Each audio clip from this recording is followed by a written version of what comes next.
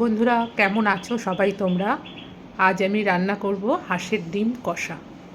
তো আজকে আমি 10টা হাঁসের ডিম নিয়ে নিয়েছি হাঁসের ডিম কষা করার জন্য। তো প্রথমেই আমি করব কি, হাঁসের ডিমগুলো একটা বাটির মধ্যে নিয়ে নিয়েছি। ওর মধ্যে জল আর সামান্য একটু নুন দিয়ে ডিমগুলোকে আমি ভালো করে সেদ্ধ করে নেব। তো এই আমি ডিমগুলো দিয়ে নিয়েছি, এবার বসিয়ে দেবো গ্যাসে। তো এই বসিয়ে দেওয়া হয়ে গেছে। তো ডিমগুলো সেদ্ধ হয়ে গেলে আমি ডিমগুলো ছাড়িয়ে নেব। এই আমি ডিমগুলো ছাড়িয়ে নিয়েছি। যেহেতু আমি ডিমের কষা করব আর হাঁসের ডিমটা একটু মোটা ধরনের হয়, ওই জন্য ডিমগুলো আমি চাকু দিয়ে সব পিঠগুলো 3-4 ভাবে লম্বা লম্বা করে কেটে দেবো, যাতে এর মধ্যে নুন মশলাটা খুব ভালোভাবে ঢুকে যায় আর ডিমটা কিন্তু খেতেও যাতে খুব টেস্ট হয়। তো এইভাবে দেখো আমি সব ডিমগুলো এইভাবে কেটে নিয়েছি। আর যেহেতু হাঁসের ডিম কষা, আমি এর মধ্যে আলু দেব না, যেহেতু কষা করব ওই কারণে কিন্তু একটু পেঁয়াজটা আমার বেশি লাগবে। আর এই দেখো এদিকে মশলাটা আমি গ্রাইন্ডারে দিয়ে দিচ্ছি। এখানে আছে রসুন, আদা, কাঁচা লঙ্কা, জিরের গুঁড়ো, ধনের গুঁড়ো আর সামান্য একটু পেঁয়াজ আমি পেস্ট করে দেবো, বাকিটা আমি ভেজে দেবো। এই দিয়ে দিলাম, দিয়ে মিক্সারের মধ্যে একটু জল দিয়ে আমি পেস্টটা বানিয়ে নেব। বানিয়ে নেওয়ার পরে এবার কড়াই বসিয়ে দিয়েছি। কড়াই গরম হচ্ছে। কড়াই গরম হলে পরে এর মধ্যে আমি সর্ষের তেল দিয়ে দেবো ডিমটা ভাজার জন্য। তো দেখো কড়াই কিন্তু এখন আমার গরম হয়ে গেছে। এবার কড়াইয়ের মধ্যে আমি তেল দিয়ে দেবো। তেল দিয়ে তেলটা যখন একটু গরম হয়ে যাবে, ডিমগুলোর মধ্যে আমি হলুদ মাখিয়ে নিয়েছি, ডিমে আমি তখন নুন দিইনি, হলুদ মাখিয়ে ডিমটা দিয়ে দেবো। ডিমটা দিলে কিন্তু ডিমটা ফুটতে পারে, ওই কারণে আমি ডিমটা দিয়ে ঢেকে ঢেকে ভাজবো। আর ঢেকে ভাজলে ডিমটা খুব সুন্দর কালারটা চলে আসে, লাল রঙের। তোমরা ভেজে দেখো, ঢেকে ঢেকে ডিমের সুন্দর কালারটা চলে আসে। আর আর এইভাবে ডিমটা ভাজার পর আমি ডিমটা ভাজা হয়ে গেলে পরে আমি এরপর দিয়ে দেবো ওর মধ্যে পেঁয়াজটা কেটে রেখেছি। এবার পেঁয়াজটা আমি দেবো, তার আগে আমি দিয়ে দেবো ফোড়নটা।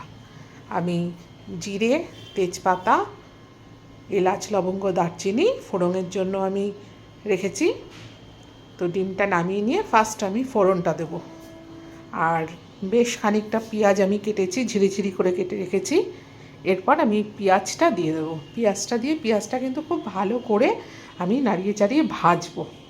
প্রথমে পেঁয়াজটা বেশ ভালো করে ভেজে নিতে হবে।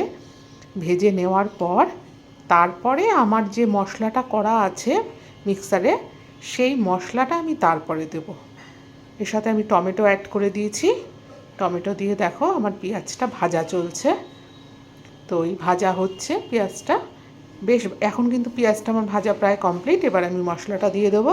এর মধ্যে আছে আদা, পেঁয়াজ, রসুন পেস্ট, আছে জিরের গুঁড়ো, ধনের গুঁড়ো, লঙ্কার গুঁড়ো, সব এগুলো আছে। এটা দিয়ে এবার ভালো করে আমাকে কষাতে হবে যতক্ষণ না এর থেকে তেল বেরিয়ে আসে। সাথে একটু নুন দিয়ে দিয়েছি, কারণ নুনটা আমি প্রথমে দিইনি।